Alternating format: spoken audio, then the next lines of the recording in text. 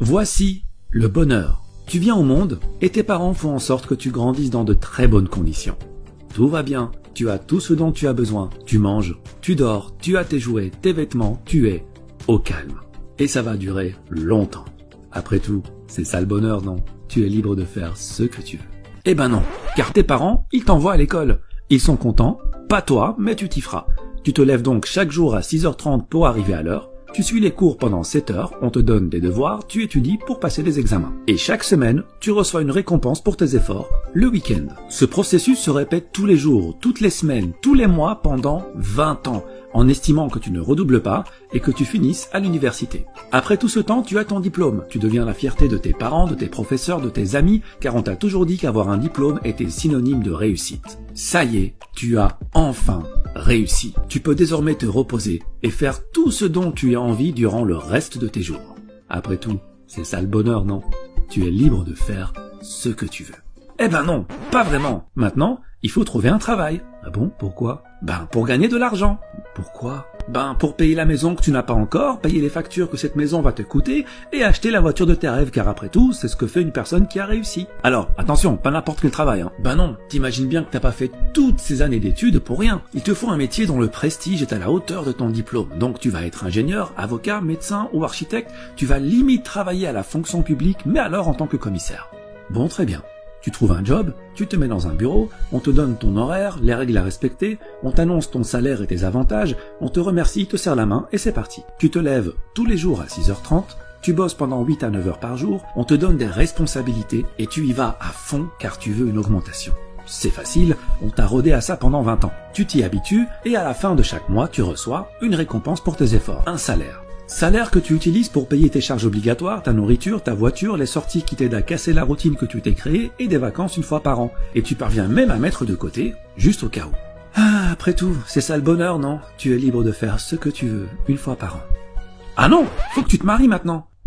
Pourquoi? Pour ne pas rester seul, enfin. Et puis t'as de l'argent de côté, maintenant tu peux fonder une famille. Il faut bien que tu aies des enfants. Des enfants? Pourquoi? Car c'est un bonheur d'avoir des enfants pour être fier d'eux. Regarde ce qu'est devenu l'enfant que tu étais et on est fier de toi. Et c'est ça le cycle de la vie. Bon, très bien. Tu trouves un ou une partenaire, tu te maries, tu fais des enfants. Mais attention, t'es pas en pause carrière. T'avais déjà 8 heures de ton temps quotidien passé au travail. Rajoute 3 à 4 heures par jour pour t'occuper des enfants et trouver des activités. Mais comme après une longue journée de travail, t'as qu'une envie, c'est de te reposer, tu compteras sur le week-end, qui à la base était une récompense, mais qui va devenir la condensation de tout le temps que tu n'as pas pu passer en famille. Ce processus se répète tous les jours, toutes les semaines, tous les mois, pendant 40 ans. Tu as 65 ans, tu es pensionné, tu t'es enfin débarrassé de ton travail. Tes enfants ont grandi, ont fait leur vie. Ta femme est toujours à tes côtés, et vous vivez l'un près de l'autre en profitant du temps qui, contrairement à vous, est éternel. Mais le stress de toute une vie t'a consumé de l'intérieur. Trop d'acharnement, trop d'inquiétude, trop d'anxiété, trop de j'ai pas le temps, trop de j'ai pas le choix. Trop tard. Trop tard. Après tout, c'est ça le bonheur, non? Tu es libre de faire ce que tu veux maintenant. Oui. Maintenant, oui.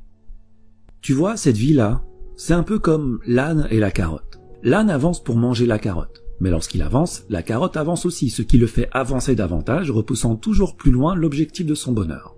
Ce stratagème est orchestré par celui qui le monte et dans son unique intérêt, avec, au bout tout de même, une petite récompense pour l'âne afin qu'il ne se décourage pas. Une petite analogie est nécessaire pour comprendre plus en profondeur. Dans cette situation, qu'est-ce qui fait avancer l'âne? Premièrement, le besoin. Mais pas n'importe quel besoin, le besoin créé par la personne qui le monte.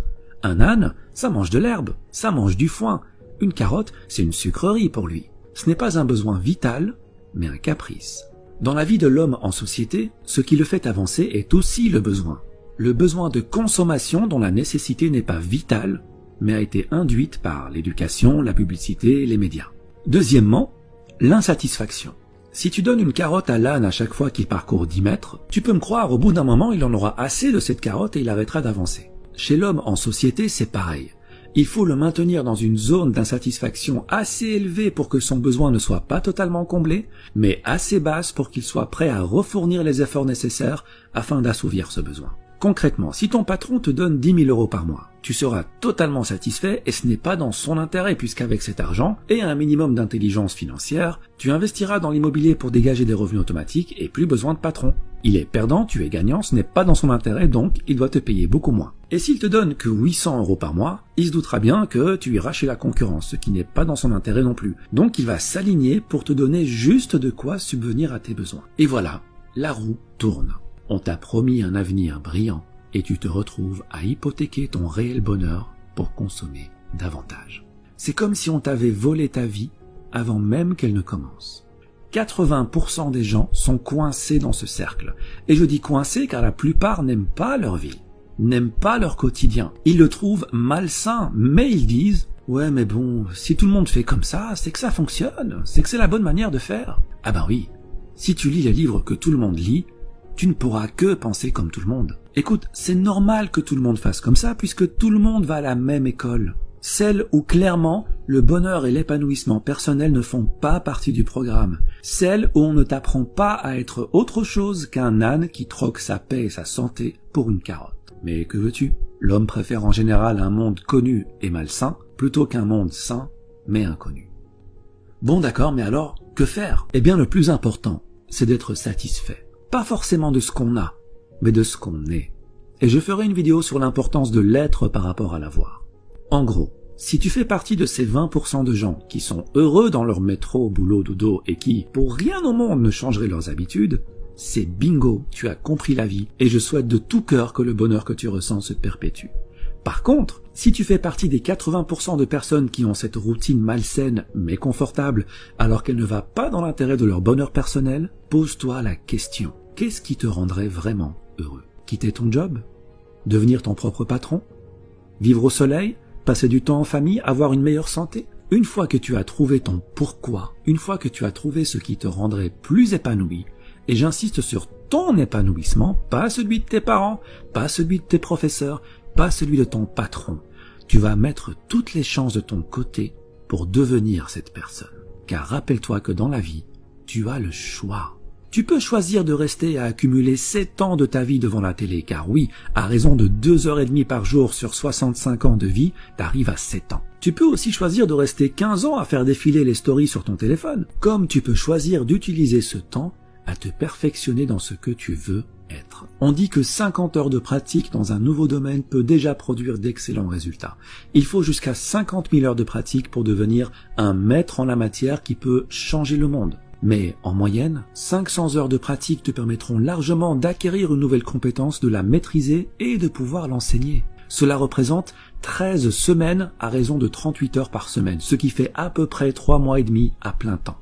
Si en 3 mois et demi, tu peux acquérir une nouvelle compétence et la maîtriser, combien pourrais-tu en acquérir sur 40 ans de carrière? Et des compétences, des opportunités, des champs de carottes, t'en as à la pelle. Donc voilà ce que tu vas faire. Tu vas arrêter la procrastination, car le temps passe vite et un jour arrivera où il n'y aura plus de lendemain. Tu vas sortir des rangs et marcher sur le chemin le moins fréquenté. Ton chemin, pas celui des autres. Celui qui te rend libre, celui que tu as choisi pour toi. Tu seras seul, c'est normal. Tu perdras le soutien de certains, c'est normal. Mais tu seras enfin ce que tu as toujours voulu être. Tu suivras enfin cette petite voix à l'intérieur de toi qui t'a toujours appelé en vain et que tu as enfin décidé d'écouter. Et c'est ça le bonheur. Être notre véritable nous, tout simplement. Il y a un temps de vie qui t'est donné dès la naissance. La question n'est pas combien de temps. Ça, personne ne le sait. La question est comment tu utilises ce temps. C'est ça qui va déterminer ton bonheur.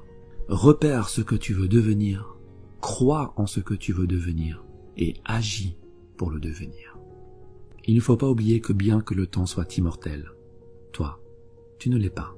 Alors utilise-le sagement et marche sur le chemin qui te convient le mieux. Merci et à bientôt.